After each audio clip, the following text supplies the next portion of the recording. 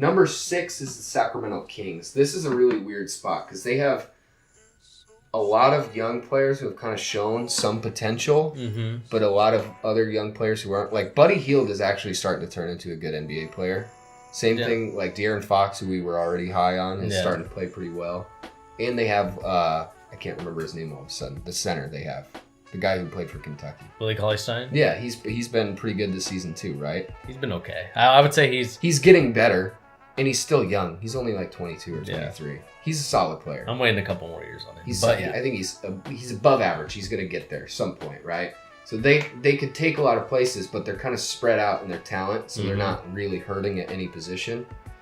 So at this point, I think you just take the best available. And in my opinion, it's Jaren Jackson. I'm taking him over Bamba. Yeah, I like Jaren Jackson right here. Really nice NBA ready player. You don't want to be in rebuild mode forever, right? So start taking people who can actually be good right off the get-go. Yeah. I like Jaren Jackson. I think I'm going to have to agree with you here with Jaren Jackson. Obviously, I've already taken my 2 centers off the board. So Jaren Jackson is probably the next logical choice. Yeah. And he's going to be a good player. I think he'll definitely really add some value to the Sacramento Kings. He was a very good player at Michigan State. So we'll see what happens there with Sacramento Kings. I think they have a great young core of players that we should look out for in the future. Yeah. It'll just depend on how they continue to grow. I think Jaren Jackson could potentially pass Willie Cauley-Stein and become that starter. I would agree too. That's kind of like I did speak nicely of Willie Cauley-Stein, but I think that's why you take a guy like Jaren Jackson. He could quickly become better than him. Yeah. And then Willie is your second option, center, big guy. Number 7 is going to be probably Cleveland with that Brooklyn pick. Yeah. And in my opinion, I've been very kind to them, and I've given them their dream scenario, which is Mo Bamba. He's perfect for that team. A really defensive-minded big guy who could be what they wanted Tristan Thompson to be after the 2016 championship. I blame that on the Kardashian curse. I agree, but let's hope Mo Bamba doesn't get in any Kardashian DMs, right? Is there another? No, there's no more Kardashians. They're all taken. I think they're all taken, hopefully. Blake Griffin, I feel like he's kind of fallen off a cliff. Kardashians don't want the falling off a cliff kind of guy. Yeah. That happened with Tyga, Blake Griffin. Lamar Odom. That's the worst one. He went crazy. But I really like Mo Bamba is perfect for that team. If they could keep LeBron, you have a really just incredible defender. Like, that's all they need is defense, because LeBron is going to carry your offense. You could put anybody around him and they're going to be decent on offense. Yeah, I think with this pick, where I'm going with, I think this is perfect for 2 scenarios, whether LeBron stays or whether he leaves. And that's going to be Trae Young. Okay. I do believe that Trae Young is one of the better point guards. Him and Colin Sexton. To me, Colin Sexton reminds me a lot of De'Aaron Fox. Yeah. But I think what the Cavs need, especially if LeBron leaves, is a star name out of college to come in and really revitalize the Cavaliers organization, the team. Because if we remember when LeBron leaves Cleveland, the city is pretty much dead. For the most part, yeah. Like, business in downtown is not as booming as it is when LeBron's there. So taking Trae Young could bring a little more buzz, a little more momentum with them. Yeah. And even if LeBron stays, it gives them a good point guard. Because Trae Young is one of the best assisting point guards. Like, I know we are in ooh and ah of his shooting, but to me, I think he's a better passer than a shooter, in my opinion. I would agree. And that is the reason why I'm going to take Trae Young as giving some relief pressure off of LeBron James to also be a ball handler, which I believe he doesn't really have that much of right now. And he can also get rid of players like Hill. Yeah, try and trade him off for something else. Get that contract. The one thing, and I'll explain my pick just a little bit further. I'm making that pick of Mo Bamba with the full expectation LeBron will be back on a 1-year contract or something along those lines. If I made the pick without LeBron, knowing he's gone, I agree Trae Young is the best pick here. Yeah. Just because I don't think LeBron wants to play with a guy that needs as much development as I think Trae Young does need. Even though Mo Bamba needs a lot on the offensive end, he's already good at defense. So you have an impact on one side of the court, which to play with LeBron, a guy who doesn't necessarily want to play with young guys all the time, that's why I picked Mo Bamba. Number 8 is Chicago. This is an interesting one because I think out of the young cores in the NBA, they're probably the top right now. We got Markkanen, Zach LaVine, Chris Dunn, 3 really, really good young players. Where are you going with this pick? This one's tough. I really don't know where Chicago goes because they already have a good big man in Markkanen. They have pretty good guards in LaVine and Dunn, Chris Dunn. And then they also have Bobby Portis as well. So I think this is going to be, I think I'm going to go with Michael Bridges. Okay, I agree with you. I think that's the pick too. And I think you take him not only because he's had a few years in college, he's already developed with the Villanova system, but if you think about what every team needs, 3-and-D wings, they don't really have one of those, honestly, so he's kind of the perfect fit. You could even take like Wendell Carter, who SEC country has him taking. I don't really like that pick too much though.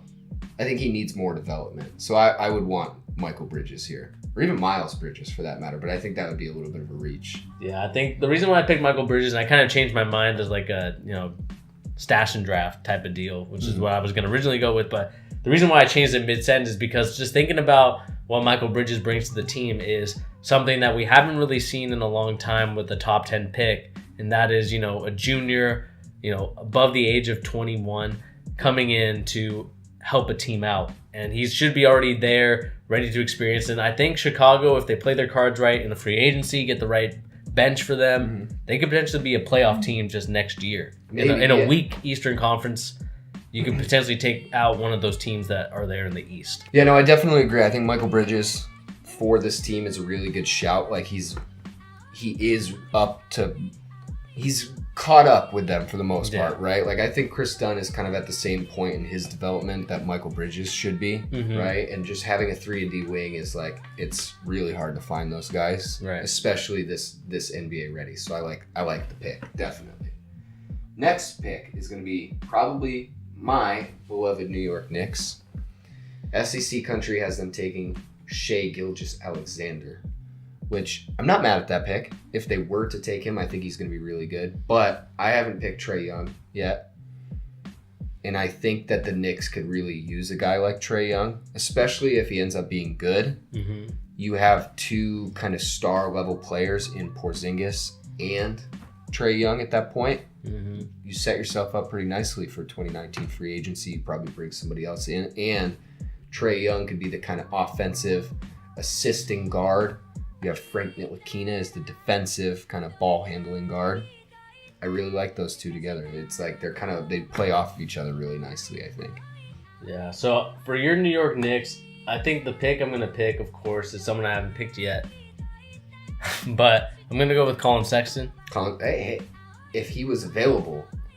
And I think the reason why I'm going to pick Colin Sexton is because what he does is the same thing as why I like De'Aaron Fox. I think he's one of those quick guards, gets to the hoop easily, able to score. I think he's what you guys are missing from that point guard. And as much as Ntilikina is a prospect, he's one of those let's wait and see type of things. I do think that immediately, right away, that Colin Sexton will be better than Ntilikina, where he's at right now, and it'll help the Knicks attack the paint, drive, assist. The only thing I think he needs to work on is his free throws a little bit. He's only shooting 77. I like my guards to shoot at least 80. Yeah. So we'll see what happens with Colin Sexton. But I think he's another De'Aaron Fox-like type of player who I think the Knicks could surely use for the future. Definitely. The one thing I will say for my fellow Knicks fans out there is that we do have another really solid 2-guard on the team in Trey Burke. We already have a Trey on the team, and he's actually been very good this season. We never would have found out that he was good if we hadn't been so bad after Porzingis got hurt. But he's legitimate. Like, he's a good guard, and he can shoot the ball. He scores really efficiently, and he's still young. He's only 24. So that might deter them from taking a guard in this spot, which I think would be a mistake. But, like Wendell Carter is still available at this point. So he's like a good backup option. Yeah, the only thing though with that, like just that logic, it's just like Trae Young is good. Yeah. Or not Trae Young, sorry, but Trey Burke is good. Yeah. And I remember him in Utah when I was living there. He was a good player, but he was never like a, oh wow type of. He's like a very good bench player. So I think with Trey Burke, he's a good just off the bench type of guy. You could bring him in with a second unit. Yeah, no, that's why I still want to take a guard at this position, because I do think if you could make him like your sixth man and he's happy in that spot, that's a better position for him than your starting guard. Number 10 is probably going to be Philadelphia. The LA pick that the Celtics so desperately wanted to get between 2 and 5. This one is a really interesting pick to me. So far, I think this is the one that could go like any number of ways right here, because Philadelphia is honestly like they're a pretty stacked young team. Right. Who do you think they're going to take here? This one's tough, but I think I'm going to go with Wendell Carter. Okay.